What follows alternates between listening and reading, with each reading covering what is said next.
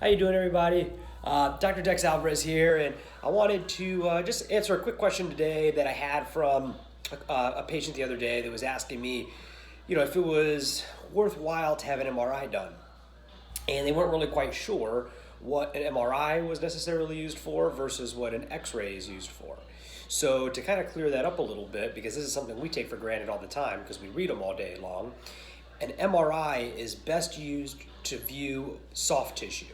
So when you're looking, for instance, in our line of work, when we're taking a look at the spine, at the disc. So your disc is the soft tissue portion between each vertebrae that cushions bone from bone so that those vertebrae are rubbing on each other, creating friction that then leads to arthritis or degeneration.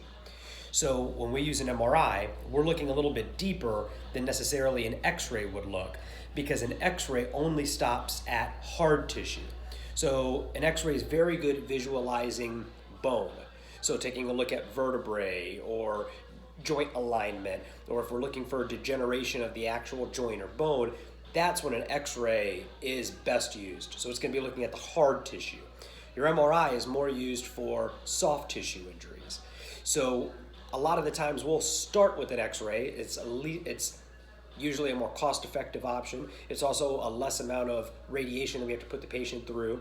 MRI, actually, you don't get radiation from, but you are going to, it's a little bit longer of a process. It's usually a little bit more costly than an X-ray, and you're going to be in a tube a lot of times for more than 20 to 45 minutes. So if we can avoid it at all costs, we usually try to.